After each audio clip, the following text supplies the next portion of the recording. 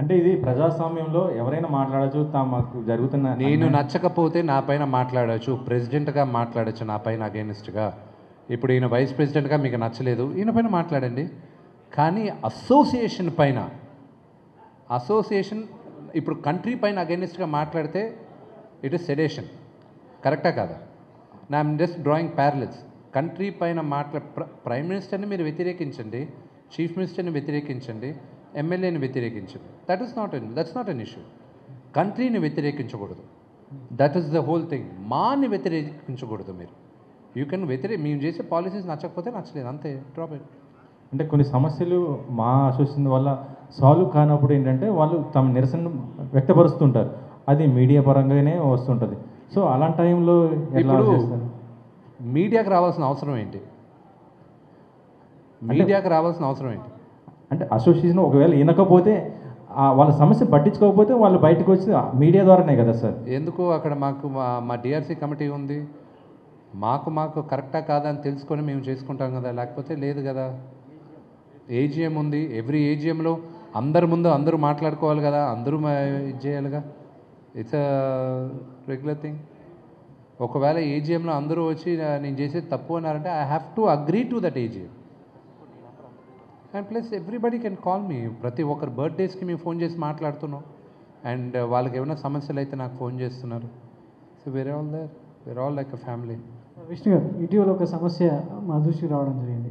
Shooting లొకేషన్లో కొంతమంది అంటే ఆర్టిస్టులు, అంటే వేరే సినిమా కావచ్చు, లేదంటే మన తెలుగు సినిమాలు కావచ్చు, కొత్త వాళ్ళు యాక్ట్ చేస్తున్నప్పుడు, లేదంటే అనుభవం ఉన్న యాక్టర్స్ యాక్ట్ చేస్తున్నప్పుడు మీకు మెంబర్షిప్ ఉందా లేదా అనేది కొంతమంది వ్యక్తులు వెళ్ళి వాళ్ళని చెక్ చేసి ఒకవేళ లేకపోతే దౌర్జన్యం చేస్తున్నారు అనేది ఒక కంప్లైంట్ వచ్చింది. సో దీని మీద మీకు ఏమన్నా ఫిర్యాదులు ఉన్నాయా? అంటే ఈ ఐడియా చాలా బాగుంది. I implement this idea. ఇప్పుడు దాకా జరగలేదు, but I love that idea. ఎక్కడ మన మానిక్ బాయ్, మీరే ఇన్ఛార్జ్ దీనికి. మీరు కరాటే కళ్యాణ్ గారు, మీరిద్దరు ఈ idea, I love that idea. I think we should do that. మిగతా యూనియన్స్లో జరుగుతుంది అది. మీరు మేకప్ యూనియన్లో జరుగుతుంది, మీకు ఫైట్ యూనియన్లో జరుగుతుంది, డ్యాన్స్ యూనియన్లో జరుగుతుంది. మా దాంట్లో కూడా మంచి idea. I definitely implemented, and అది జరగచ్చు కూడా. I don't know. ఆర్టిస్ట్ చాలా విలువైన జీవితం. అనుకోకుండా ఏదైనా సంభవిస్తే కనుక, ఏదైనా జరగకుండా జరిగితే టోటల్గా సినిమా ఎంత నష్టపోతారో, ఫైనాన్షియల్ కానివ్వండి, టైం కానివ్వండి, తోటి వాళ్ళ నటినట్లు వాళ్ళ సమయం కానివ్వండి, ఎప్పుడు జాగ్రత్తగా ఉండాలి. సినిమాలో ఏది కనపడదు, మనం చేసామని అనుకుంటారు అని చెప్పినప్పుడు కరెక్టే, కానీ చేయాలని ఉత్సాహం ఉంది, అన్నీ ఒరిజినల్గా చేసేయాలని తాపత్రయం ఉంది, ఆ కుర్రతనంలో ఓకే అని అనుకున్నాను. కానీ అదే 1 year తర్వాత సంఘర్షణ అనే సినిమా చేస్తూ సరిగ్గా 3 అడుగుల ఒక పొలం గట్టు మీద నుంచి విలన్ని తన్నేలాగా నేను ఎక్కి జంప్ చేసి తన్నాను. సరిగ్గా ల్యాండ్ అయ్యాను కిందకి, కాలు మడతపడింది. దాంతో 6 నెలల పాటు షూటింగ్ చేయలే నేను.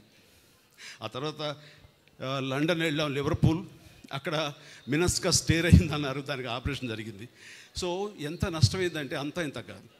అందుకు నీ పెద్దలు ఎంత ఆలోచించి చెప్తారంటే, అది మన గురించి, మన ఆరోగ్యం ఒక పక్కన పెడితే ఎంతోమంది మన మీద ఆధారపడి ఉంటారు, వాళ్ళందరి యొక్క బాగోగులు దృష్టిలో పెట్టుకుని ఆలోచిస్తారు. అది వాళ్ళ గొప్పతనం.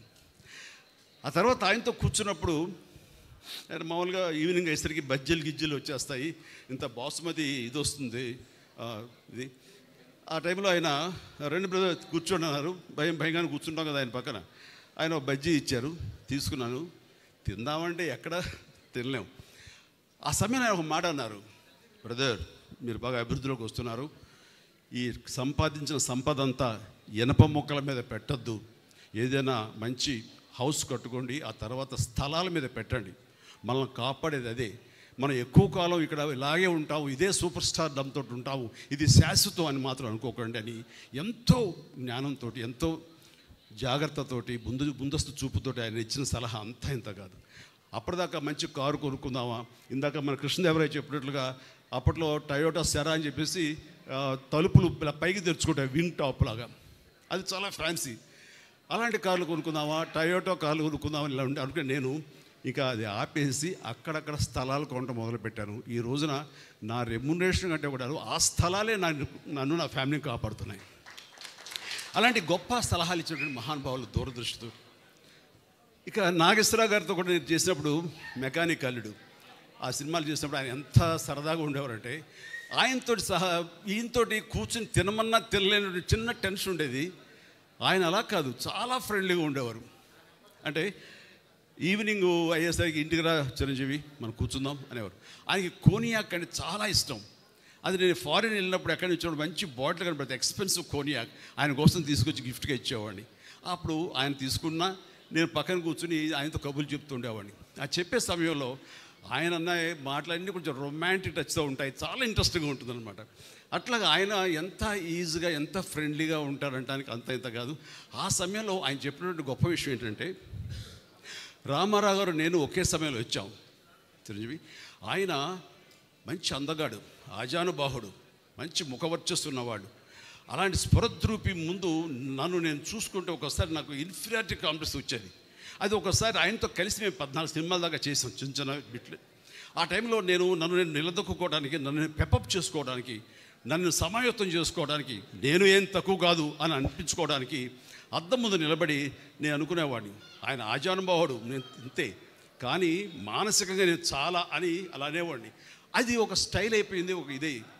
అలాగే నాకు ఈ కన్ను కొంచెం డ్రూప్ అవుతుండే, కొంచెం ఇలా దాన్ని కాదు అనిపించుకోవచ్చుగా ఇలా పైకి లేపేవాడిని. అది నాగేశ్వరరావు స్టైల్ అయింది.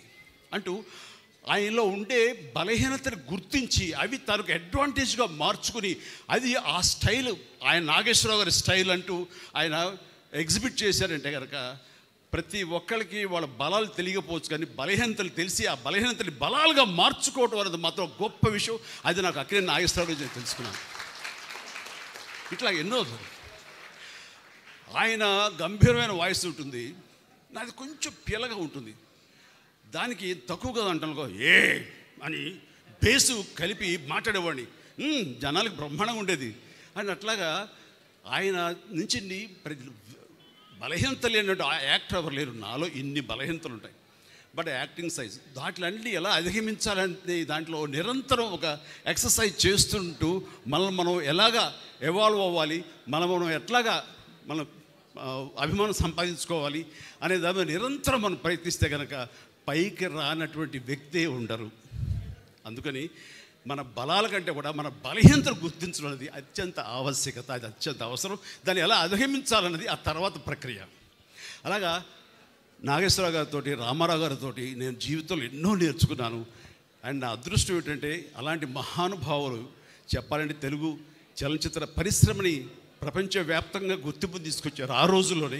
అలాంటి వారితో కలిసి స్క్రీన్ షేర్ చేసుకోవడం అన్నది నాకు దొరికిన అత్యద్భుతమైనటువంటి అవకాశం. అలాంటి వారి గురించి ఎంతైనా మాట్లాడచ్చు, సమయాభావం ఉంది కాబట్టి ఇక్కడ నేను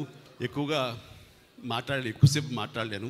అండ్ ఆ రకంగా ఆ మహానుభావులు ఇద్దరిని ఈ యొక్క సెంటినరీ ఇయర్ శతాబ్ద సంబంధించిన ఉత్సవాల్లో వారిద్దరిని మననం చేసుకోవటం, వారికి మన స్మృత్యంజలి ఘటించడం, ఆ అవకాశాన్ని యాలగడ్డ మన లక్ష్మీప్రసాద్ గారు నాకు అందివ్వడం అనేది నా పూర్వజన్మ సుకృతిగా భావిస్తాను. చాలా చాలా మనస్ఫూర్తిగా థ్యాంక్ యూ సార్, మనస్ఫూర్తి థ్యాంక్ యూ.